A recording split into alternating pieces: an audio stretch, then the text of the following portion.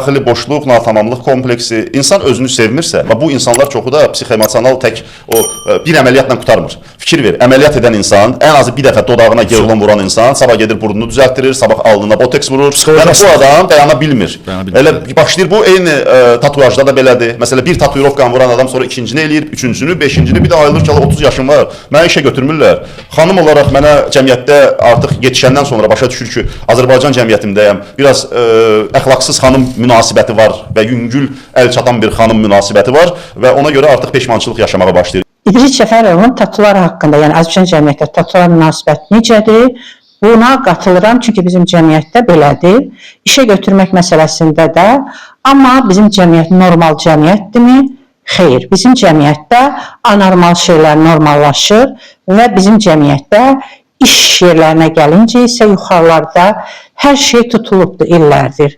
Aşağılara sadəcə qalır, yuxarılara xidmət edən yerlərdə işləmək. İstəyirsən tatun olsun, istəyirsən olmasın. Həm də ki, tatu eləyən insanlar da o yuxarılarda işləmək istəməzlər, xarici ölkələrdə də, yəni orada daha geniş seçim var. Ərə getmək məsələsinə gəlincə də hər şey yenə eynidir. İstəyən tatun olsun, istəyən olmasın. Tatu varsa, tatusu olan səndən münasibət quracaqdır, evlənəcəkdir. Yəni, hər şey ilk mərhələdə insanlara qeyri-adi görünür. İlk şalvar giyinən qadında qeyri-adi görmüşdü, ilk gün eynəyi taxanda, ilk maşın sürəndə.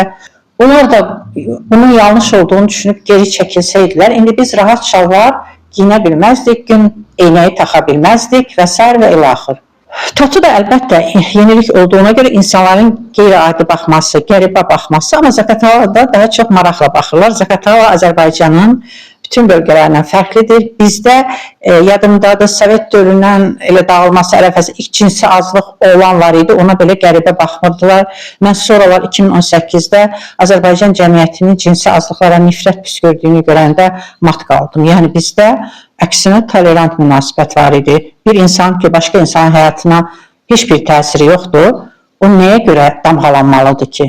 Həm plastik əməliyyatlarda, həm tatuların çox vurulması da bəli, psixoloji problemlər var. Bu da nədir? Asılılıq. Yəni insan asılı olur və dayana bilmir. Sigaret çəkməkdə, araq içməkdə, narkotikdə hər şey asılılıqdır. Yaxud qadınların kaçok oğlanlara vurulması, oğlanların manipulyasiyalarla əl ataraq mənasız ünsiyyətlər qurması. Yəni tatularsız da, plastik, elastiksiz də insanlar ünsiyyət qura bilmirlər. Çünki insanlar ilk növbədə bəli, özünü tanımalıdır, özünü sevməlidir. Bu da çox ağır prosesdir və hələlik indi başlayıbdır cəmiyyətdə. İşə götürmə məsələsinə bir də onu əlavə edim ki, yəni plastik, elastik qadınları işə daha tez götürürlər. Ona görə də bütün bunlar nisbidir. Amma asılılığa düşməmək lazımdır. Mən də 2021-ci ildə tatularımı etdim və salam dayandım. Bunlar mənim həyatımın simvollarıdır. Burada yazılıb Dominus Illuminator Mea, Tanrı işığındır. Bu İngiltərənin Oxford Universitetinin girişindədir bu söz. İkincisi, nerede olursam olayım, çiçək açacağım, çiçəyim də açılır və məni soldurmağa çalışdılar, amma mən açıldım. Və bir də ki, burada mənim simurq quşum var, hansı ki Feniks, simurq quşu hər dəfə öz küllərindən yenidən doğur. Ona görə də əzizlərim, siz olandan sonra siz asılılıq münasibətlərinə, yəni zavisimos deyirlər ruslar, bax nevrotik, asılı münasibətlərdən çıxanda hər şey düzəlir, özünüzü tanıyanda. Ona görə də çalışın ki, heç bir şeydə ifrata varmayasınız. Yunan filosoflar demişkən, Seredina, orta hədd, qızıl həddir. Beləliklə, qarşımıza anlayışlı insanların çıxması diləyi ilə xoşça qalın. İdris Cəfərovun da podkastları maraqlıdır. Yəni, mən o adama niyə bunu, niyə onu yox, sadəcə öz reaksiyamı bildirirəm. Və beləliklə, hər bir insan da bildiyini, istədiyini dedikcə, cəmiyyətdə də fərqliliklər artacaq və fərqliliklərə münasibət də dəyişəcək.